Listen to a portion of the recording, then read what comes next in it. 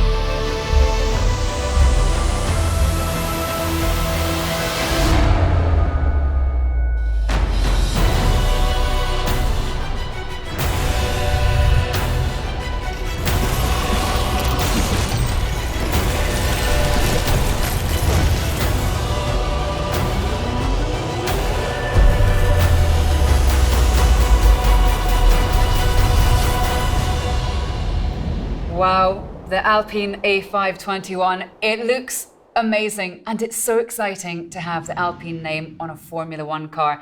Esteban, how do you feel the team is looking for 2021? Well, I've exchanged with the technical team, so I had my engineers on the phone throughout winter and the mechanics, and what I see is very encouraging. I think we're in good shape. The car is an evolution of 2020, which is positive for us. The team is expected to get into Q3. We had good rhythm, plus I got that podium feeling, which I loved, obviously. And yeah, I'm very keen to get that back. On the other side, we had great results also, but what we want is to get them on a regular basis now.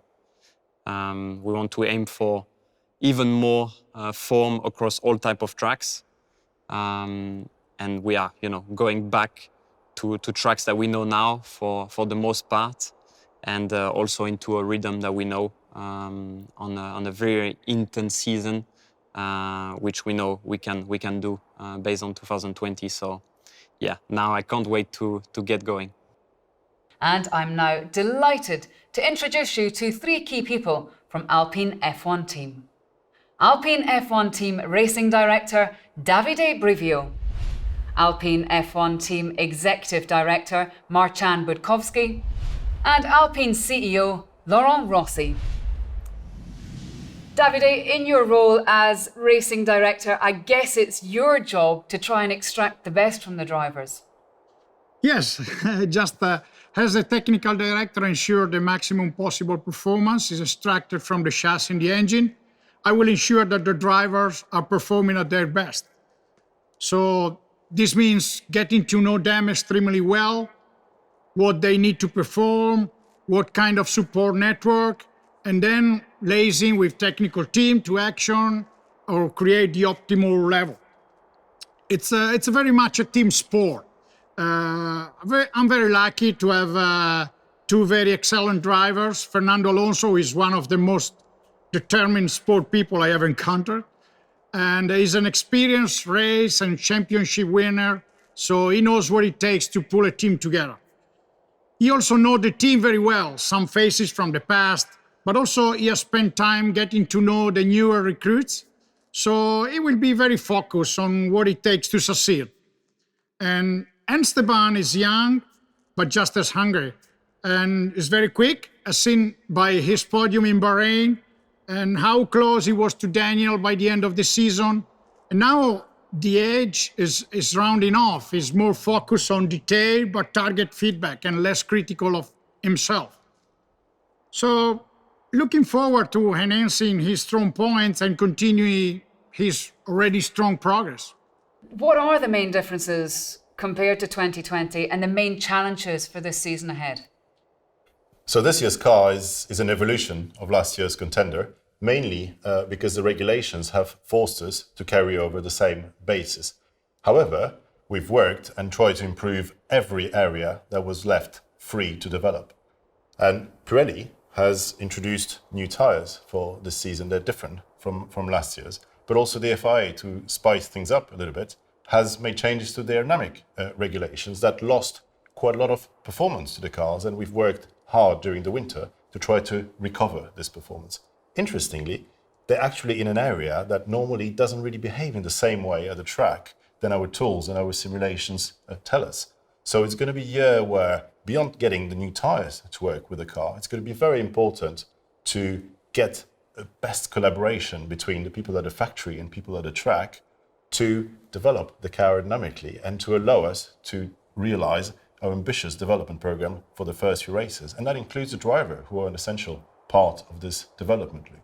So these are challenges for the 2021 season, and certainly we are aiming at building up on the positive momentum we had in the second part of the 2020 season. Laurent, the first Alpine Formula One car is being revealed today. As the Alpine CEO, tell us about the A521. Firstly, it's an exciting moment, a new journey for Alpine as well as for me. The A521 is based on the fundamentals of the RS20 chassis, and in particular on the strength that enabled us to finish on the podium 3 times last season and score 181 points in the championship.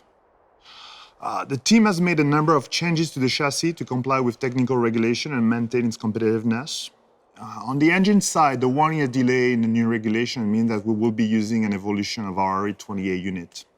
There are a few developments with the powertrain, and we have worked specifically to ensure optimum performance and reliability. In fact, this car embodies the Alpine identity, and its livery conveys our values. The blue, white, and red is obviously a reference to both the French flag and the Union Jack, representing the soul and character of this multicultural team that merges flamboyance and skills under one banner. In fact, this car is the expression and symbol of Enstone and Viry, one team, united. Motorsport, and F1 in particular, is at the heart of our strategy to develop the Alpine brand. Hello everyone, this is a pleasure and an honor to launch this 2021 season, the first under our new colors. The livery you're seeing today has the simplicity and strength of a flag. French and English, engine and chassis. It contains all the strength of the team.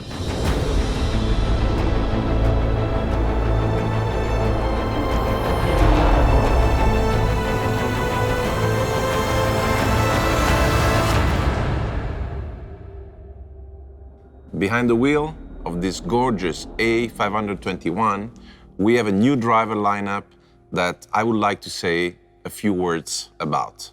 First, Fernando Alonso. He has come home 20 years after he made his debut with us. He is back with honors as a 2-time world champion and an international star. He brings us his speed, his tenaciousness, his will, his talent, his experience, and his commitment. It is a great pride to have this fantastic driver, but it's also a big responsibility. Esteban Ocon is a star in the making. He has given us our best results with his second place in Bahrain. He brings his talent in full ascent, as well as his fighting spirit and cool head, his humility and consistency. We can expect some beautiful podium finishes from him. This is a magnificent duo. They embody the values of the Groupe Renault and the authenticity of Alpine.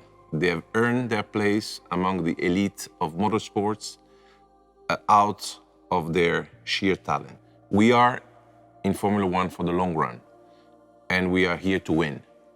We will put all required means to be at best competitive level. Allez les Bleus!